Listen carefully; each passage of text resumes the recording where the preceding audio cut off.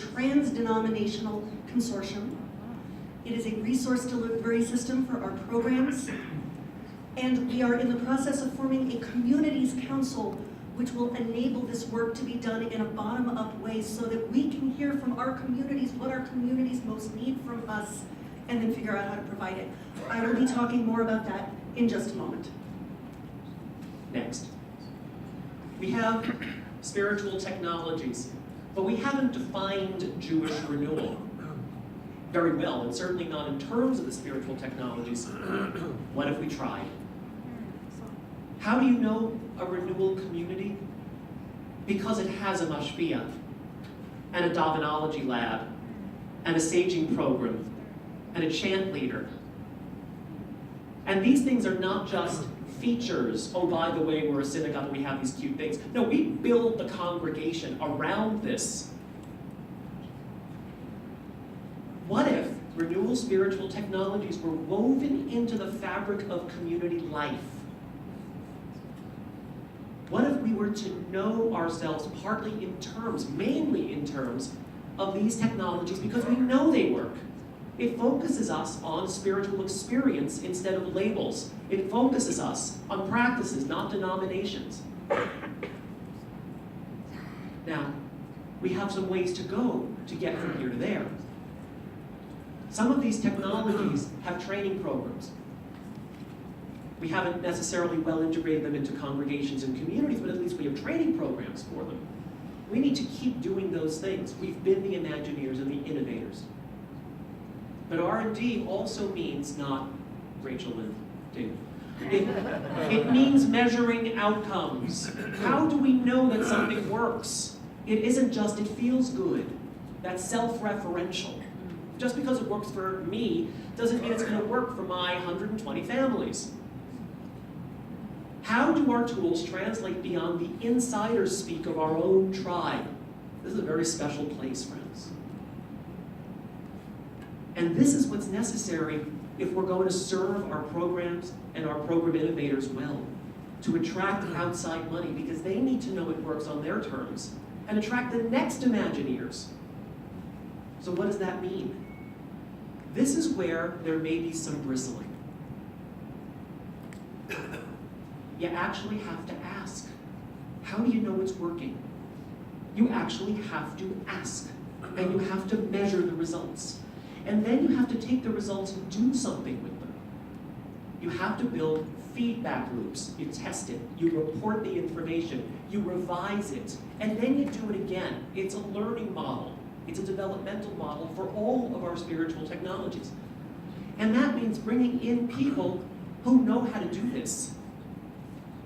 Because it isn't so easy. Especially because we're the Uncola, right?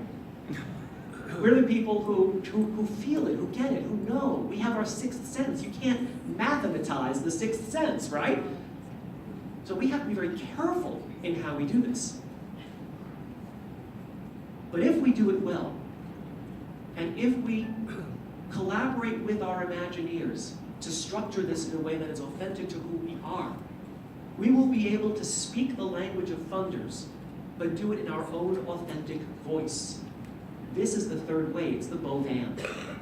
We don't change what we're doing just because we need to measure it, but we need to know that it's working. This is what Benet meant when she looked at all those various option threes. We want to be the option threes that are going to have a longevity, and that means measuring what we do. It also means making ourselves as friendly as possible to the people who aren't in this room yet. And there are a lot of people who are doing Jewish renewal who are not in this room yet. The paradox is that so much of what Jewish funders call innovation, or it doesn't work, at least by our own terms.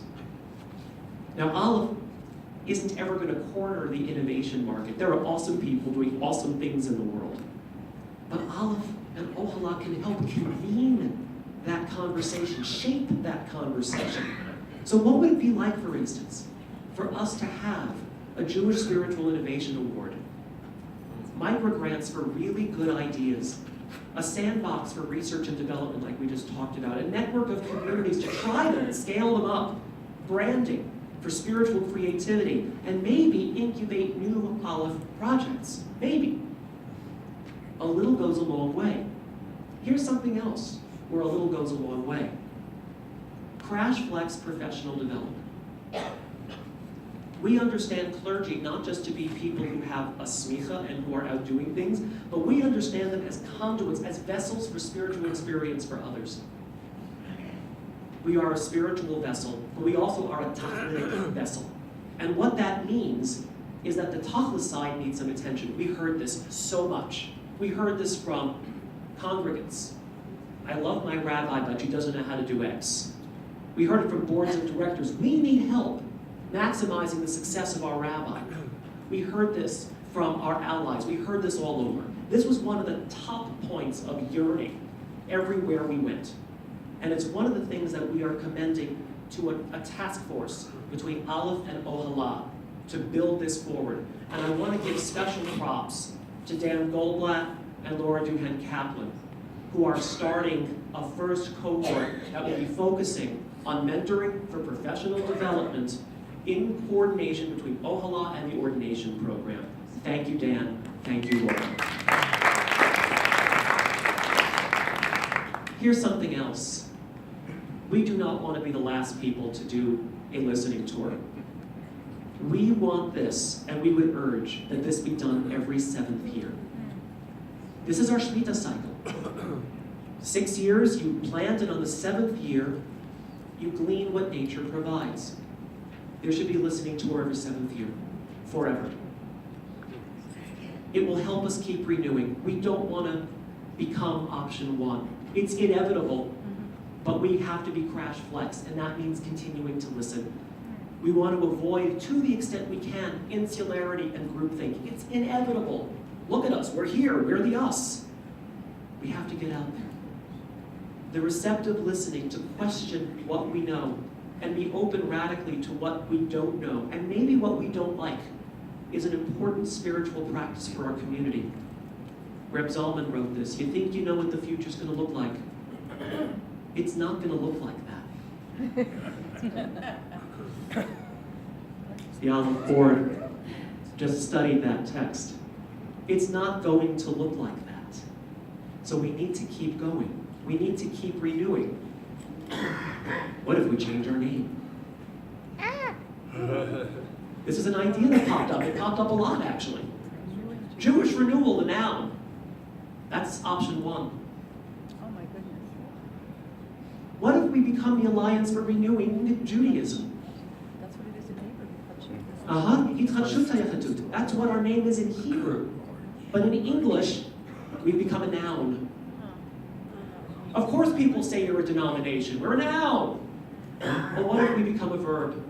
What if we become a gerund, not just in our intention, but also even in our name? Now there are some downsides. Renewal has some branding. Change is hard. This is not necessarily a recommendation. It's an idea to get us thinking. Who do we want to be? Because we're going to change. It's not going to be like that. Now, these are not radical ideas yet. There are radical ideas. They're going to come into a strategic planning process. We want to share with you some things about the ALEPH network, the way that you as clergy can benefit from the network, and the way that the network can grow thanks to you. And we want to talk to you briefly about next steps.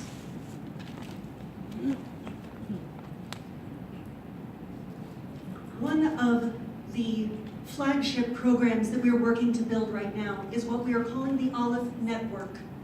It's a network of congregations and communities and nonprofit institutions and individual artists, scholars, teachers, rabbis, all working together. Our intention is for the network to grow, and we want to invite all of you to become a part of it in one capacity or another.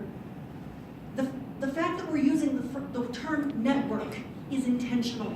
A network is not top-down, it's horizontal. A network is about what the different nodes in the network can give to each other, not about the juice flowing down from the central office or from Sinai. The network is for communities, it's for clergy, it's for teachers, and it becomes a conduit through which our programs can flow and our spiritual practices can flow, and it is consciously trans-denominational. Here is our audacious goal. We would like for everyone in this room to become part of the ALEPH network. By next week. Yes, please. Either as individuals, I could join as an individual, Rabbi Rachel Barenblat, the Velveteen Rabbi, or with my congregation, the little shul that I serve, as part of the ALEPH network. We hope that all of you will choose to join in this. What does it cost? I'm so glad you asked. There are different levels at which one can join, but the most basic level is $360 for a year. It's not a lot.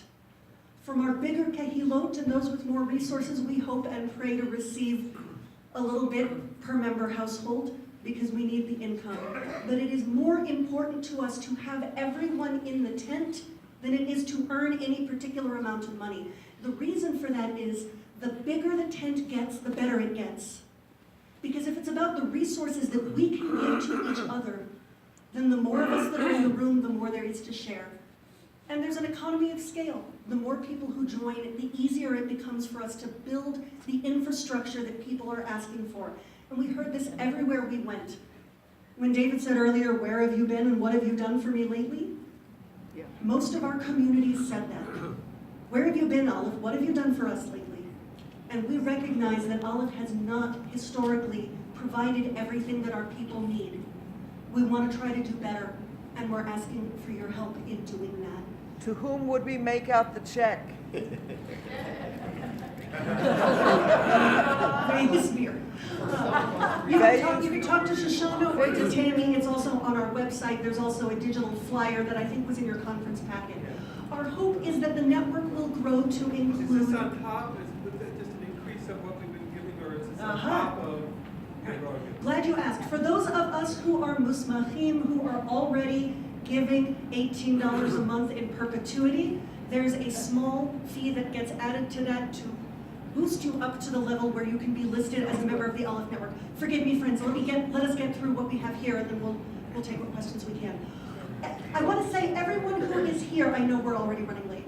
Everyone who is here is already with the program. Everyone who is here is already part of this work. But we would love to see this expand and grow. Here are some of the benefits that come with it. Connection, branding support, cross-promotion of the things you're doing, consulting, news boosts, our new Faces of Renewal series. I would love to feature everyone who is sitting in this room as a face of renewal on our website in the fullness of time. That said, if there's anyone here who would like to help us edit Faces of Renewal, please let me know. We are in the process of creating a communities council. In its inaugural year, it will have about 15 members, some communities, some individuals, some from the East Coast, some from the West Coast, some from Europe, some from Israel.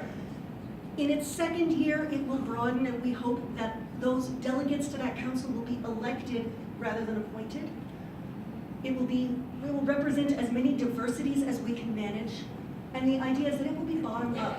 The communities council, the members of that council together will decide what it is y'all need from us and how to make it happen. This is part of our third way forward. It's bottom up decision making. And it interoperates with denominational structures. So those of you who, like me, serve a community that is part of a denomination, you can be part of this too. These are some of the things that we hope to be doing in the coming year with God's help and with your help. Here are our next steps. Step 1, please make your check payable to Rachel Barenblat. We will release, with the board's consent, the listening tour report that puts some of this in words and a lot more. We have hired a strategic planning consultant named Reverend Dr. Bill Condrath. He has begun working with the ALEPH board. He's going to be working with other elements of ALEPH on change management and invitations for more radical change. What we've talked about here hopefully doesn't strike you as so extraordinary. If it strikes you as extraordinary, we have not done our job well, because this is supposed to reflect what you told us.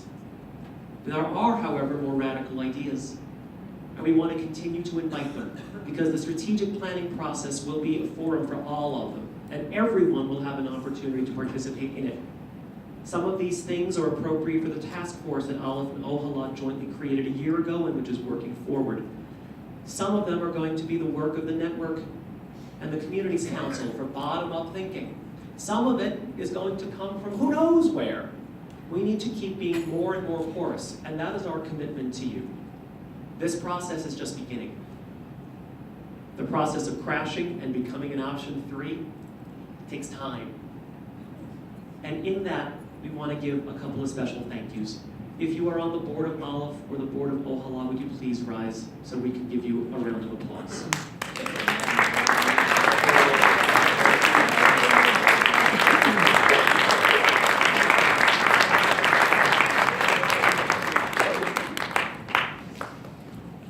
Our teachers, our pathfinders. We think we have notes from 500 people, but probably because 1,000 people spoke to us. We can't possibly thank them, but we want to offer you the thanks that we can't offer them directly.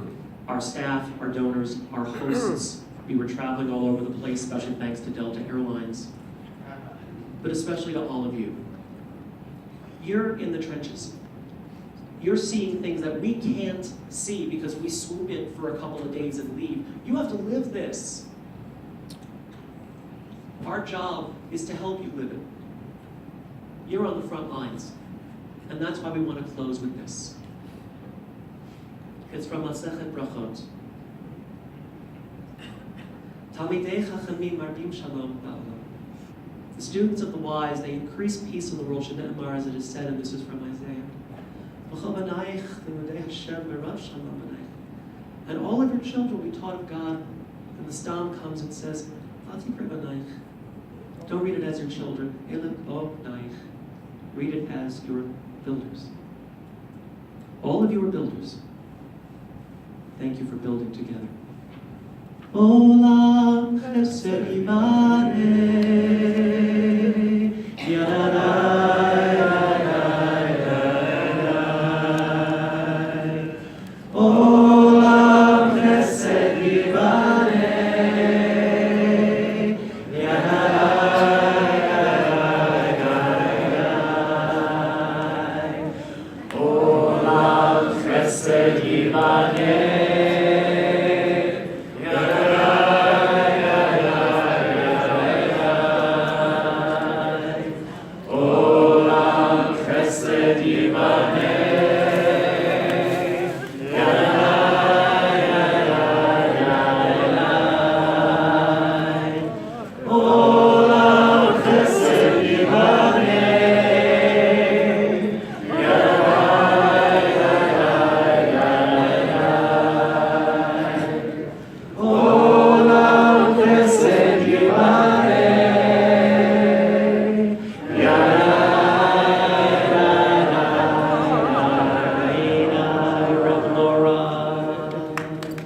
Thank you.